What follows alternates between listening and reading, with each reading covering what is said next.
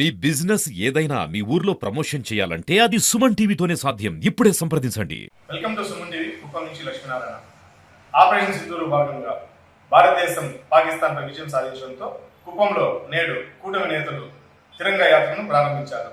ఈ సందర్భంగా ఎమ్మెల్సీ కంచల శ్రీకాంత్ మాట్లాడుతూ భారతదేశం మీద ఎన్నో రకాలుగా ఎన్నో సార్లు ఉగ్ర దాడిని ఏ విధంగా చేశారో మన జవాన్లని అలాగే మన పౌరుల్ని ఎన్నోసార్లు హతమార్చి ఒక తాజ్ సంఘటన అయితేనేమి, అట్లాగే ఈరోజు పహల్గామ్ దగ్గర టూరిస్టులు పాపం భార్య పిల్లలతో అక్కడ కాశ్మీర్ యొక్క అందాలు చూడటానికి, మన భారతదేశంలో ఉన్న గొప్ప ప్రాంతాలని చూడటానికి ఒక మతం ఏ మతం అని చూసి మరి వాళ్ళని కిరాతకంగా ఏ విధంగా చంపారో మనం చూసాం. భారతీయులందరూ కూడా దీన్ని తీవ్రంగా ఖండించారు, ఖండించాల్సిన అవసరం ఉంది. భారతదేశంలో పుట్టిన ప్రతి ఒక్కరి రక్తం అది చూసి మరిగింది.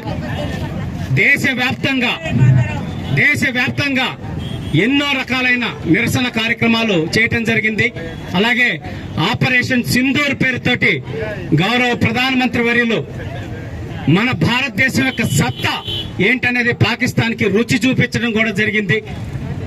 మన భారతీయులందరూ కూడా ఒక్కసారి ఒక్క అరుపు ఒకేసారి అరిస్తే పాకిస్తాన్ ఎక్కడ ఉంటుందో ఈ భూప్రపంచం మీద మనందరికీ తెలుసు. అయినా శాంతి సహనం అనేది మన భారతీయ సాంప్రదాయంలో ఉంది కాబట్టి ఎన్నోసార్లు ఎన్నో అక్రమాలు చేసిన వాళ్ళకి సహనంతో సమాధానం చెప్పాం.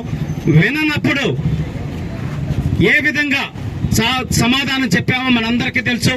ఆనాడు సర్జికల్ స్ట్రైక్స్ అయితేనేమి, ఈరోజు ఆపరేషన్ సింధూర్ పేరుతో చేసినటువంటి దాడి అయితేనేమి, భారతదేశం జోలికి వస్తే ఏ విధంగా చేయగలమో సమాధానం మన ఆపరేషన్ సింధూర్ ద్వారా మన ఎన్డీఏ కూటమి ప్రభుత్వం అక్కడ నరేంద్ర మోడీ గారి ఆధ్వర్యంలో చూపించారు.